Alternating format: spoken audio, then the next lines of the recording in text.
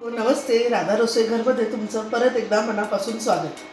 आजचा जो मी पदार्थ तुमच्यासाठी निवडला आहे अतिशय करायला सोपा, चवदार आणि वर्षभर टिकणारा असा आहे. मी तुम्हाला दाखवते. आज मी हापूस आंब्यापासून वर्षभर टिकणारा साखर आंबा दाखवणार आहे. पहा किती सुंदर आंबा आहे, रंग बघा त्याचा. आणि मला एक आंबा मिळाला आहे, आपण चित्रामध्ये काढतो ना तसा अक्षरशः अतिशय सुंदर आंब्याचा आकार आहे. चला तर मग पाहूया साखर आंबा कसा करायचा तो. मी 4 आंबे घेतलेले आहेत हापूसचे आणि त्याच्यासाठी 1 बाउल साखर घेणार आहे. आपण पाक करायचा आहे आणि साखर भिजेल इतपतच पाणी त्यामध्ये टाकूया. बस, आणि छान त्याला पाक करूया त्याचा.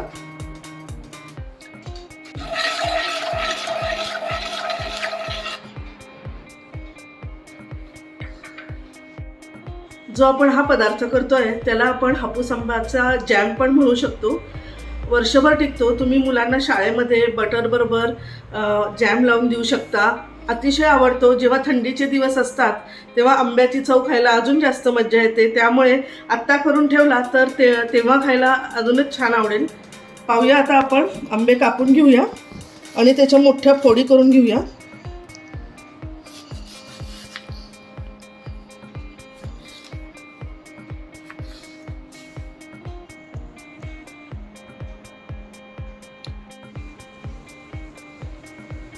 मोठ्या मोठ्या फोडी करूया आपण. जर तुमच्याकडे तुमच्या भागामध्ये हापूस आंबा मिळत नसेल, केशर असेल, आंब्याचा गोडवा पाहायचा आणि त्याप्रमाणे पाक करायचा. दुसऱ्याही आंब्यापासून आपण करू शकतो, तोही छान लागतो. तोतापुरी आंब्यापासून पण हा जाम छान लागतो. मी सगळे आंबे कापून घेते आधी. कापून झाले आहेत. मोठ्या मोठ्या फोडी ठेवल्यात मी आणि एका बाजूला पाक तयार होतोय. गोळाबंद पाक झाला पाहिजे, म्हणजे जेव्हा आपण तारा टाकून बघूया तेव्हा तो हलला नाही पाहिजे. हे पहा, अजून एकदा दाखवते तुम्हाला.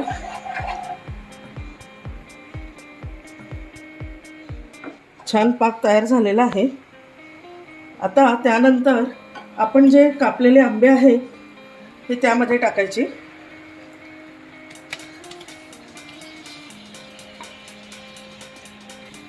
आणि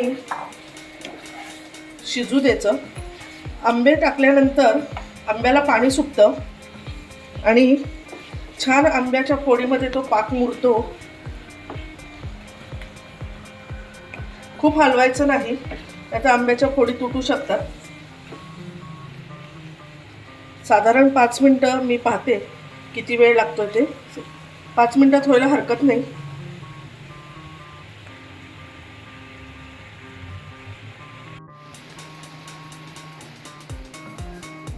आपला साखर आंबा बनतोय तोपर्यंत मी तुम्हाला एक गोष्ट शेअर करणार आहे.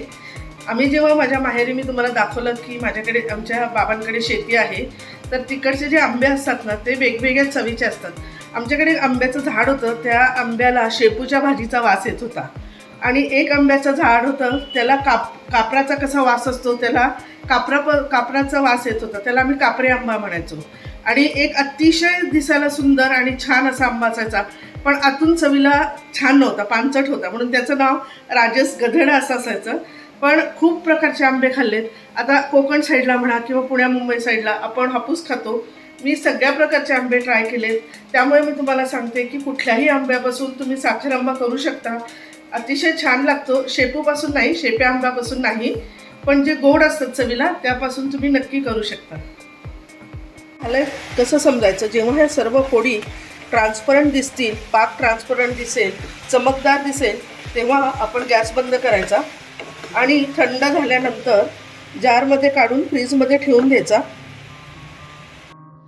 करायला सोपी आणि अतिशय चवदार अशी आपली हापूस आंब्याचा साखर आंबा तयार आहे. नक्की नक्की ट्राय करा. वर्षभर तुम्ही वापरू शकता. फ्रीजरमध्ये ठेवा, फ्रीजमध्ये ठेवा. आणि एक लक्षात ठेवायचं, ओल्या पाण्याचा हात तिथे लागला नाही पाहिजे, नाही तर मग बुरशी येते. त्यामुळे हे नक्की लक्षात ठेवा आणि वर्षभर हा जॅम किंवा हे साखर आंबा वापरत राहा. एक लक्षात ठेवा, माझं चॅनल जरूर सबस्क्राईब करा कारण मी तुमची वाट बघतेय, तुमच्या कमेंट्सची वाट बघते. तुम्हाला माझे पदार्थ कसे वाटतात, अजून काही पाहायला आवडेल का ते नक्की कळवा. Thank you very much.